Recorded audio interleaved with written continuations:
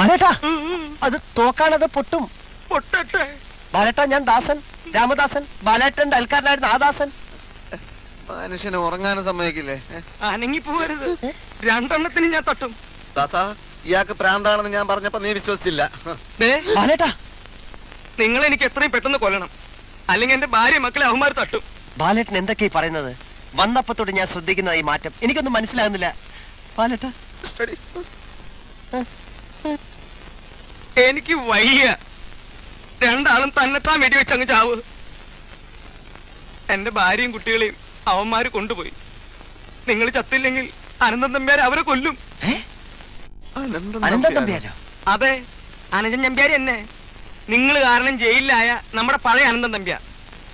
കൊപ്പറ ഇറക്കാൻ വന്ന എന്നെ നമ്പ്യാരുടെ ആളുകൾ തല്ലിച്ചതച്ചു. പിന്നെ ഈ തോക്കും തന്ന് ഇങ്ങോട്ട് അയച്ചു, നിങ്ങളെ കൊല്ലാൻ. നമ്പ്യാർ ഇവിടെ ഉണ്ടോ? ഇവിടെ ഉണ്ട്. ജയിൽ ചാടിയത് തന്നെ നിങ്ങളെ തട്ടാനാണത്രേ. നമ്പ്യാരുടെ ഇവിടുത്തെ സഹായികൾ ആരൊക്കെയാണ്? അതൊന്നും എനിക്കറിയില്ല.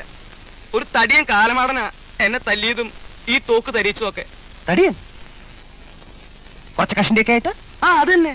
ഓഹോ, ഇനിയൊന്നും ആലോചിക്കാനില്ല. നമുക്കെല്ലാ തെളിവുകളും കിട്ടിക്കഴിഞ്ഞു. എന്ത് തെളിവ്? നമ്മളെ കൊല്ലാൻ തൂക്ക് കൊടുത്തയച്ചത് ആ തടിയനാണെന്ന് ബാലേട്ടനെ കൊണ്ട് കോടതിയെ നമുക്ക് ബോധ്യപ്പെടുത്താം. അവനെ അറസ്റ്റ് ചെയ്ത് എല്ലാ കുറ്റങ്ങളും നമുക്ക് സമ്മതിപ്പിക്കാം. വിജയ, സർക്കിളിൽ ഫോൺ ചെയ്യ്. ആവശ്യമുള്ള വാഹനങ്ങൾ, വെടിയുണ്ടകൾ, ബോംബുകൾ ഒരു ഏറ്റുമുട്ടലിന് താരായിക്കൊള്ളൂ. ഈ നേരം വെളുക്കറായ നേരത്തെ ഈ പ്രഭാതം ആ തടിയന്റെ അവസാനത്തെ പ്രഭാതമായിരിക്കും. സൂര്യരശ്മി കടക്കാത്ത ഇരുട്ടറയിൽ നിന്ന് ഇനിവന് മോചനമില്ല. സമയമാം രഥം മുന്നോട്ട് നീങ്ങിക്കൊണ്ടിരിക്കുകയാണ്. ബാലേട്ടൻ ഒന്നുകൊണ്ട് ഭയപ്പെടണ്ട. ബാലേട്ടന്റെ ഭാര്യയ്ക്കും കുട്ടികൾക്കും ഒന്നും സംഭവിക്കില്ല.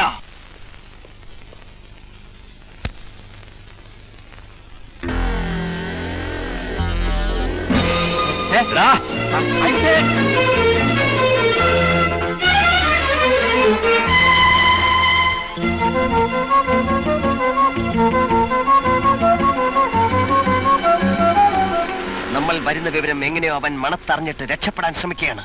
എങ്കിൽ നഗരത്തിലെ എല്ലാ റോഡുകളും ബ്ലോക്ക് ചെയ്യാൻ നമുക്ക് പോലീസ് കൺട്രോൾ റൂമിൽ വിളിച്ചു പറയണ്ട. നമുക്ക് ആദ്യം അവനെ പിടിക്കാം, എന്നിട്ടാവാം police. Yes, that is an idea.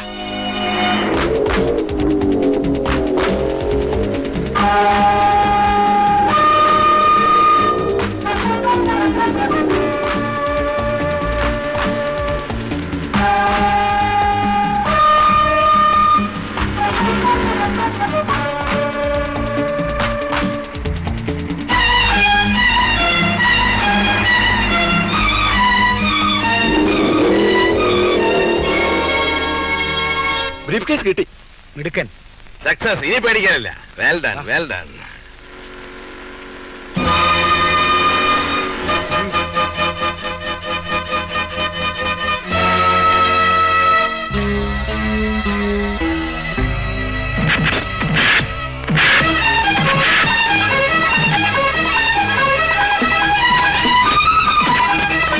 അതൊക്കെ പിന്നെ തുറക്കാൻ പ്രഭാരാ.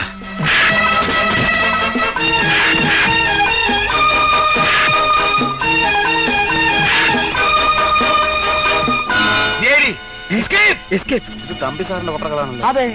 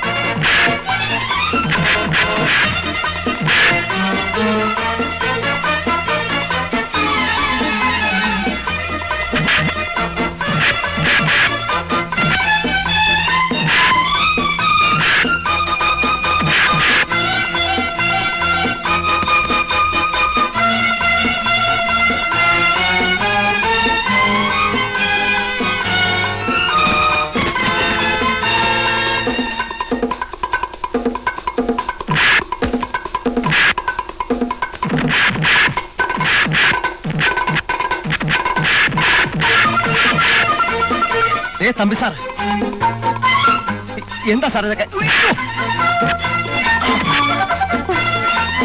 അനന്തൻ നമ്പ്യാർ.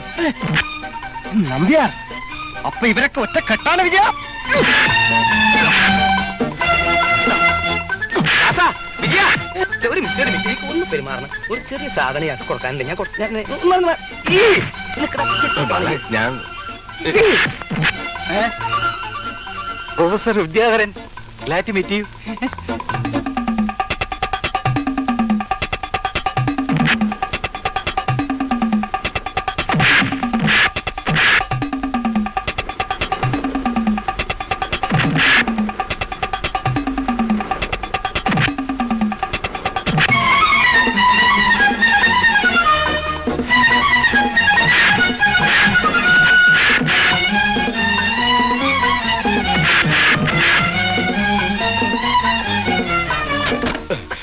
ഇല്ല, എന്നെ കൊന്നാലും ഞാൻ ഈ പെട്ടി തരില്ല. പെട്ടിയല്ലടാ നിന്നെ വേണ്ടത്. കള്ളക്കടത്തും കൊലപാതകം ഇന്നോടെ ഞങ്ങൾ അവസാനിപ്പിക്കും.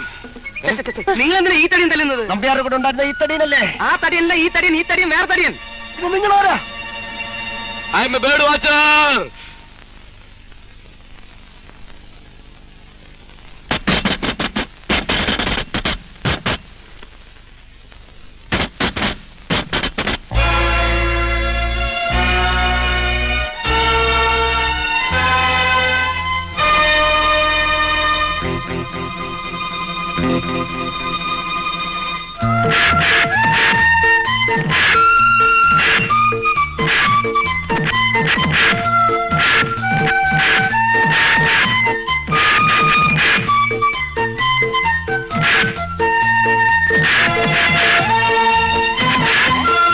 ദാസാ, ഇത് കൊണ്ടുപോയി.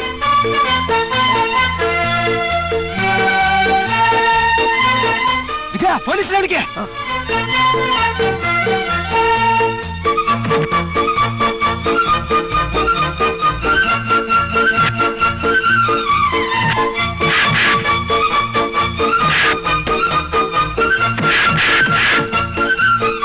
ദാസാ, പോയിക്കോ പോയിക്കോ.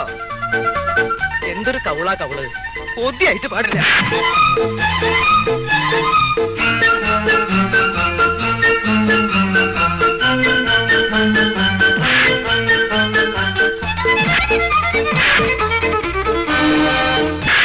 എന്റെ ഭാര്യയും കുട്ടികളും നിന്റെ കസ്റ്റഡിയിലെന്നല്ലേ പറഞ്ഞേ?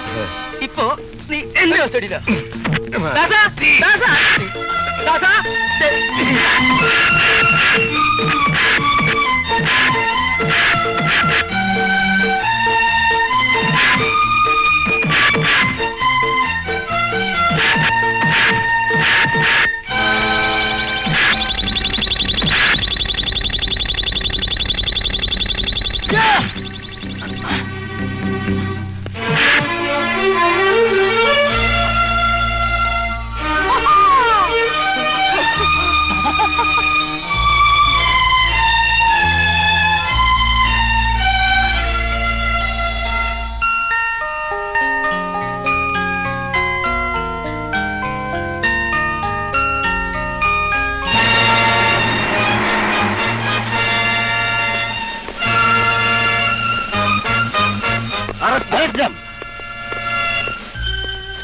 Ladies from Tamil Nadu.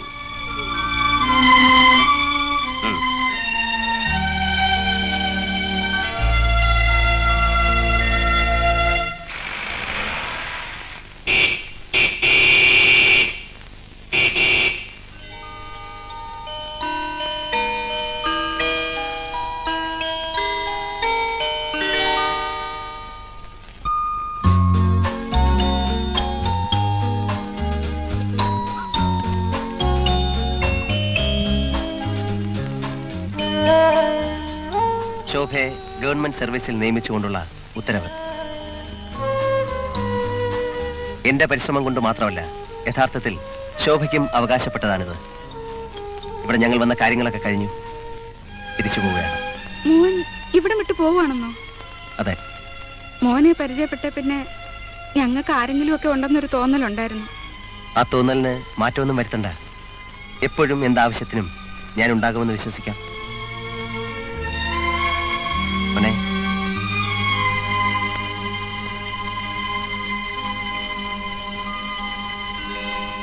ആഭ്യന്തര വകുപ്പിന് ഇനിയിപ്പോ ആരുടെ മുമ്പിലും തലയുയർത്തി നിൽക്കാം. എന്തായാലും ഞങ്ങൾ 5 കൊല്ലം തയ്ക്കും. 5 പോരെ സാർ, 60 കഴിഞ്ഞാൽ അധികാര രാഷ്ട്രീയം ഉപേക്ഷിക്കണമെന്ന് പറയുന്നവർ നമ്മുടെ ശത്രുക്കളാണ്. എണീറ്റ് നടക്കാൻ വയ്യാതായാലും സാർ ഞങ്ങളെ ഭരിച്ചുകൊണ്ടിരിക്കണം. അതിനായിരിക്കും ഇനി എന്റെ ശ്രമം. യെസ്. നിങ്ങൾക്ക് ഞാൻ ശുഭയാത്ര നേരുന്നു. Thank you.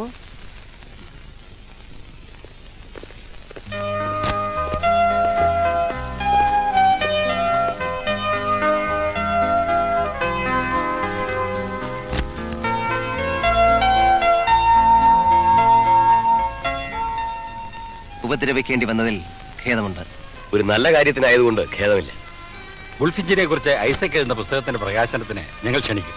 വരാതിരിക്കരുത്. അക്രമം എവിടെ ഉണ്ടായാലും ഞങ്ങൾ അവിടെ എത്തിയിരിക്കും. ധർമ്മ സംസ്ഥാപനാർത്ഥായാം സംഭവാമി യുഗേ യുഗേ.